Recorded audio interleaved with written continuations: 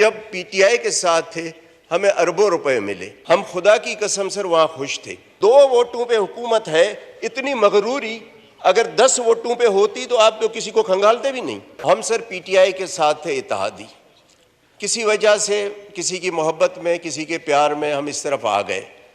जरदारी साहब से मेरी मुलाकात हुई, बिलावल साहब से। हमने कहा जी मुझे न वजारत चाहिए न ओहदा चाहिए, कुछ नहीं, मुझे इलाके के लिए डेवलपमेंट चाहिए। जरदारी साहब ने एहसन इकबाल को कहा, जरदारी साहब की उसने नहीं मानी। शहबाज शरीफ साहब की मेहरबानी, उसने 3 बार एहसन इकबाल को कहा कि जी असलम भूतानी मेरे पास दोबारा शिकायत लेके ना आए। फिर भी जब किताब छपी पीएसडीपी की कोई स्कीम नहीं थी। फिर जब पीएम के सामने एहतजाज किया वहाँ भी एहसन इकबाल साहब जज्बाती हो गए। सरदार अयाज सादिक मौजूद थे, वो गवाही देंगे।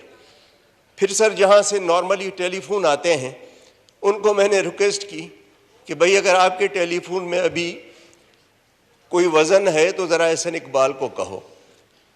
तो फिर जाके उन्होंने मेरी स्कीम रिफ्लेक्ट की। सर ये इलेक्शन साल है, इलेक्शन में हमने लोगों के पास जाना है। अब सर अगर 40 करोड़ की आप स्कीम देते हैं, 8 करोड़ उसकी एलोकेशन करते हैं, तो ये 5 साल में कंप्लीट होगी ना। पता नहीं 5 साल बाद मैं इलेक्ट होकर आता हूँ, एहसन इकबाल आते हैं, किसकी गवर्नमेंट आती है, कौन है।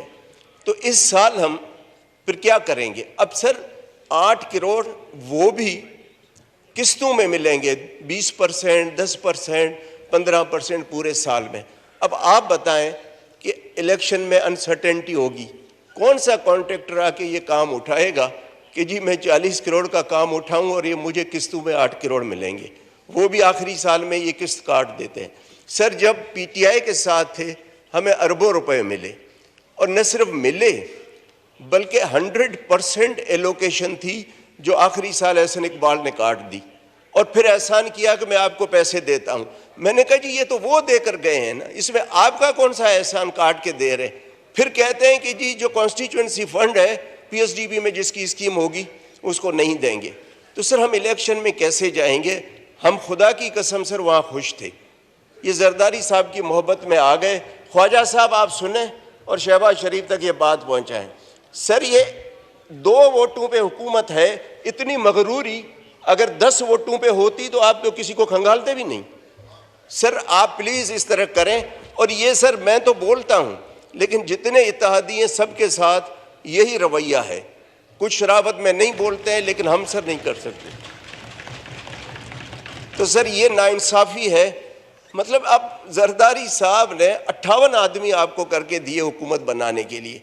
शहबाज शरीफ साहब से गिला नहीं है, वो हद से ज़्यादा इज्जत करते हैं। हमें सर पीटीआई में इज्जत नहीं थी, फंड्स बहुत ज़्यादा थे, अरबों रुपए के फंड्स थे। अब लोग कहते हैं जी आप जाके वहाँ इज्जत कमाएं और हमें पीने का पानी न मिले। तो सर ये इज्जत को पीएम साहब की बड़ी मेहरबानी, जरदारी साहब पीएम साहब बहुत इज्जत करते हैं हद से ज़्यादा। लेकिन सर आप इनको बुलाएं एहसन इकबाल साहब को, नहीं तो सर ये 1 साल रोज़ाना मैं असेंबली में एहतजाज करूँगा ताकि मेरे लोग सुने कि क्या हो रहा है। और ख्वाजा साहब और सरदार अयाज सादिक साहब बैठे हैं।